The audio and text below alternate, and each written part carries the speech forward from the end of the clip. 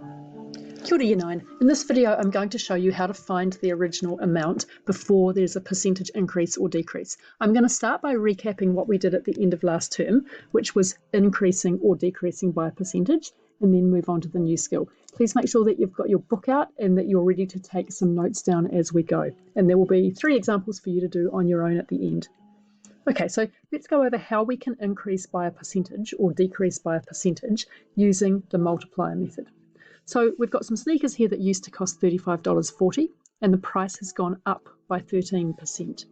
So the sneakers used to cost 100% of what they cost and we've added on 13%. So 100 plus 13 gives me 113%. Turning that into a decimal gives me 1.13. And that means that I started off with the sneakers costing $35.40. To find the new price, I times by 1.13. And that gives me, what does that give me? Well, when I round that to dollars and cents, I get exactly $40. Okay, so to increase by a percentage, the first thing we do is find the multiplier, and then step 2 is to multiply by the multiplier. Okay, and so my new price is $40. The other way I could do it without the bubble diagram, when you're feeling confident, is just this: 35.4 times 1.13 equals $40. Let's do a decrease one now.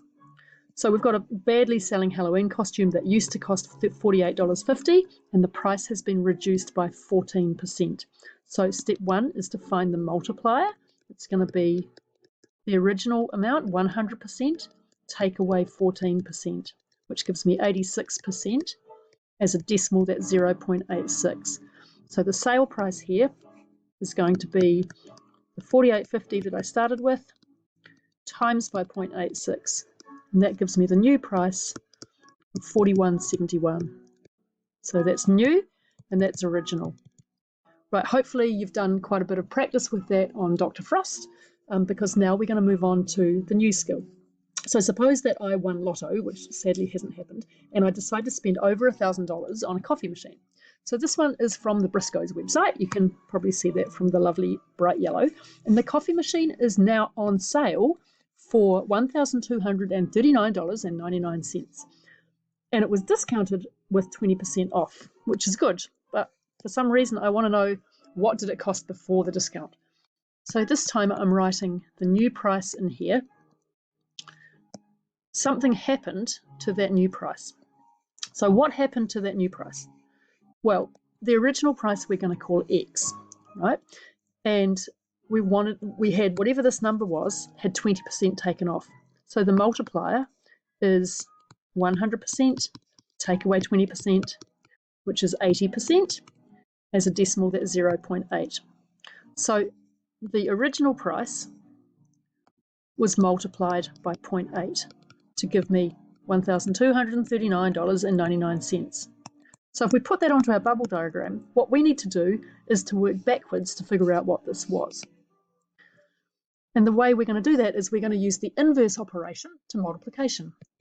So to find out what the original price is, we need to divide this new amount. So X is equal to $1,239.99 divided by 0.8. And that gives me an original price of $1,549.88. Okay, so 2 ways to do this. The first way is that you can use a bubble diagram. And for students that are finding this topic has got a lot of different bits in, that's what I'd recommend that you do to start with, right? Because it's visually pretty easy to see that here we've got the original and here we've got the new. And to go backwards, we need to be dividing. If you're already feeling confident though, you can go straight to writing out a statement like this, and then one like this, and then your final answer here. So 2 more examples before I get you to do 3 on your own. Slime Lab, which actually looked quite fun to me as a kid's game, and it's $30 now with a 25% off discount. So using the bubble diagram, the new price is $30. Something happened to make it $30. So 25% off, 100% minus 25% is 75%, which is 0.75. So it got multiplied by 0.75. So to work backwards to X, we're going to divide by 0.75. So X is equal to 30 divided by 0.75. which works out to be $40.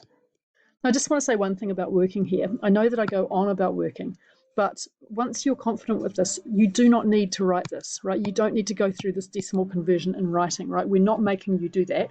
We want you to be really confident with doing that. Okay, so again, when you're starting out, then yes, this is a good step, but as you get more confident, you'll be able to go straight to working like this. So I'd like to see one line of working at least, which is this, sorry, 2 lines of working, one with this divided by this and one with the answer. And if you use the bubble diagram, then we need to put down what x is here. So x is equal to 30 divided by 0.75, which is $40. It's a divide sign. Okay, on to the third one. Right, again, if I were to win Lotto, maybe I would buy a Roomba. $839 for a vacuum cleaner that I'm not sure. I don't know how well they work. But with this one here, this is 20% off, and it now costs $839.99. So using the bubble diagram, what happened? Well, I started with my price X. We don't know what that is, and we know that it was 20% off, so my multiplier was 0.8, right? 100 minus 20 is 80%, which is 0.8. So x times 0.8 got me to $839.99. So to work backwards to x, we have to divide by 0.8. So x is equal to $839.99 over 0.8, which gave me an original price of $1,049.99. Okay, so that's those 3 done. Now 3 examples to try now. Now these are all from the warehouse, and these are all different dog toys. So I don't know about you, but if I gave my dog this one, which is very cute, this one would definitely not last even half an hour with her teeth. But this rope toy seems like a very good deal to me, and so do the Nerf pack of squeaky tennis balls. I've changed the prices before. If you're from the warehouse and you're watching this, I'm sorry, but I changed the numbers. So guys, what I want you to do is to do those 3 in your book with some good working. Either use the bubble diagram or just go straight to doing the calculation. Okay, so I'm going to go through these quickly. In this column, I'm going to put the multiplier for each one. So the dog toy, the ropey toy here, was discounted by 12%. So the multiplier will be 100 minus 12%, which is 88%. So that's equal to 0.88 as a decimal. This one here, discounted by 23%, multiplier will be 100 minus 23, which gives me 77. It will be 0.77. And this one, the multiplier will be 0.89. So for the rope toy, this first one here, what will the original price be? Let's just try and get that all onto one page. Okay, so now it costs $6.40. So the original price will be 6.440 divided by 0.88. And that gives me $7.27. This one now costs $8.90 divided by 0.77 is equal to $11.56. And this last one, $13.